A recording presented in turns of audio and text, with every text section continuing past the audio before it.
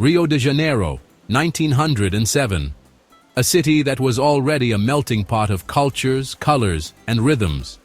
The streets were alive with the sounds of samba, the scent of tropical flowers, and the vibrant energy of its people. A city pulsing with life, bathed in sun and samba. The spirit of Rio was infectious, a place where every corner seemed to hum with possibility. It was here, amidst the vibrant tapestry of carioca culture, that Oscar Niemeyer was born. His early years were steeped in the rich cultural heritage of his hometown, a place where art and life intertwined seamlessly. Young Oscar, a dreamer with a keen eye, saw beyond the city's obvious beauty. He was captivated by the way buildings interacted with their surroundings, how they could tell a story through their design.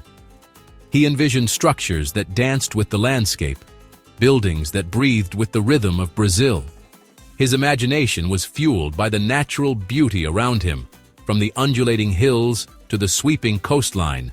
This innate artistic sensitivity led him to the National School of Fine Arts in the 1930s. It was here that he began to hone his craft, learning the fundamentals of architecture while dreaming of new possibilities. There, his architectural journey began. Niemeyer's early years were marked by a thirst for knowledge and a desire to break free from convention. He was not content to simply follow in the footsteps of those who came before him. Niemeyer's early years were marked by a thirst for knowledge and a desire to break free from convention. The rigid classical styles of the past held little appeal for him. He was drawn to the idea of creating something new, something that reflected the spirit of his time. He sought a new language of architecture, one that reflected the dynamism and optimism of the burgeoning modern age. His designs began to take on a life of their own, characterized by bold lines and innovative forms. This desire for innovation would define his entire career. Niemeyer was not just an architect. He was a visionary who saw the potential for architecture to transform the world around him.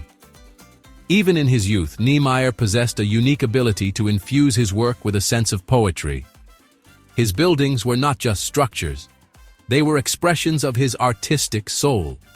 He understood that architecture was more than just bricks and mortar. It was a powerful form of expression. Each design was a reflection of his belief that architecture could inspire and uplift. His buildings would become poems in concrete, each curve and contour whispering a story. Through his work, Niemeyer sought to create a dialogue between the built environment and the natural world, crafting spaces that resonated with beauty and meaning. The 1930s witnessed the rise of modernism, a revolutionary movement that swept across Europe and beyond. This era was characterized by a break from traditional architectural forms and a bold embrace of new ideas and technologies. This new wave of artistic expression, with its emphasis on functionality, simplicity, and innovative use of materials, resonated deeply with Niemeyer. He was particularly drawn to the clean lines and unadorned surfaces that defined modernist architecture. He found inspiration in the works of Le Corbusier, a pioneer of modern architecture. Le Corbusier's vision of creating buildings that were both beautiful and practical struck a chord with the young Niemeyer. Corbusier's bold use of reinforced concrete, his embrace of open spaces, and his belief that a house is a machine for living in left an indelible mark on Niemeyer's architectural philosophy. Niemeyer admired how Corbusier's designs seamlessly blended form and function. In the late 1930s, Niemeyer's talent caught the attention of Lucio Costa, a renowned architect and urban planner. Costa recognized Niemeyer's potential and saw in him a kindred spirit who shared his passion for modernist principles.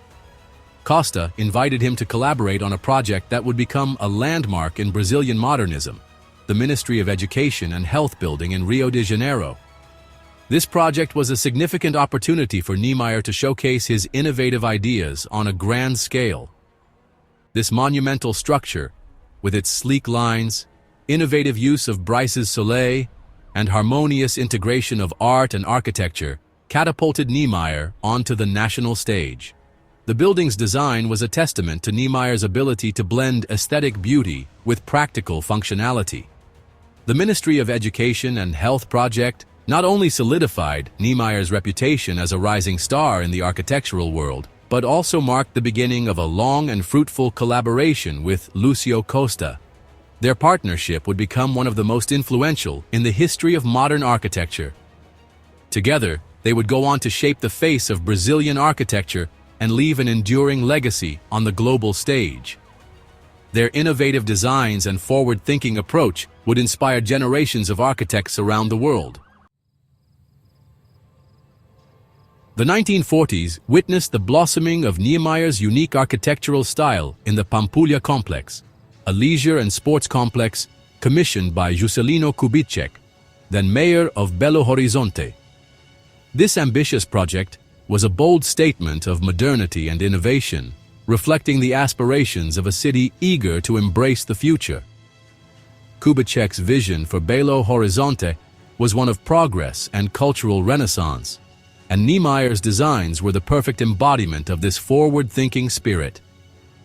This project, nestled around the picturesque Pampulha Lagoon, provided Niemeyer with a blank canvas to experiment with form and push the boundaries of reinforced concrete. The serene waters of the lagoon mirrored the fluidity of Niemeyer's designs, creating a harmonious blend of nature and architecture. It was here that Niemeyer began to truly explore the potential of curves and organic shapes, setting the stage for his future masterpieces. Niemeyer's vision for Pampulha transcended mere functionality. He sought to create spaces that were not only practical, but also deeply inspiring, spaces that would evoke emotion and a sense of wonder. His innovative approach to design was evident in every line and curve, each element meticulously crafted to enhance the overall aesthetic and experience of the complex. He envisioned a complex that celebrated life, leisure, and the sensuality of the Brazilian landscape. The Pampulha complex was designed to be a place where people could gather, relax, and enjoy the beauty of their surroundings. It was a celebration of the Brazilian way of life, a tribute to the country's vibrant culture and natural beauty. The result was a stunning collection of buildings, each one a testament to Niemeyer's growing mastery of reinforced concrete. His ability to manipulate this material into graceful, flowing forms was unparalleled, and the Pampulha complex stands as a monument to his genius. The buildings were not just structures, they were works of art, each telling a story of innovation and creativity. The São Francisco de Assis Church, with its parabolic arches and undulating roofline, became an icon of modern architecture, its fluid forms echoing the curves of the surrounding mountains. This church was a bold departure from traditional ecclesiastical architecture, embodying a sense of movement and dynamism that was revolutionary at the time. Its design was a reflection of Niemeyer's belief that architecture should be expressive and free, unbound by conventional constraints. Pampulha marked a turning point in Niemeyer's career.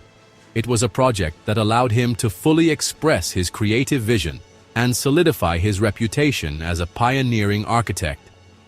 The success of Pampulha opened doors for Niemeyer, leading to numerous other high-profile projects both in Brazil and internationally. The complex garnered international acclaim, establishing him as a leading figure in the modernist movement. Architectural critics and enthusiasts from around the world praised Niemeyer's innovative use of form and space, and Pampulha quickly became a symbol of modernist architecture. The accolades and recognition that followed were a testament to Niemeyer's talent and vision.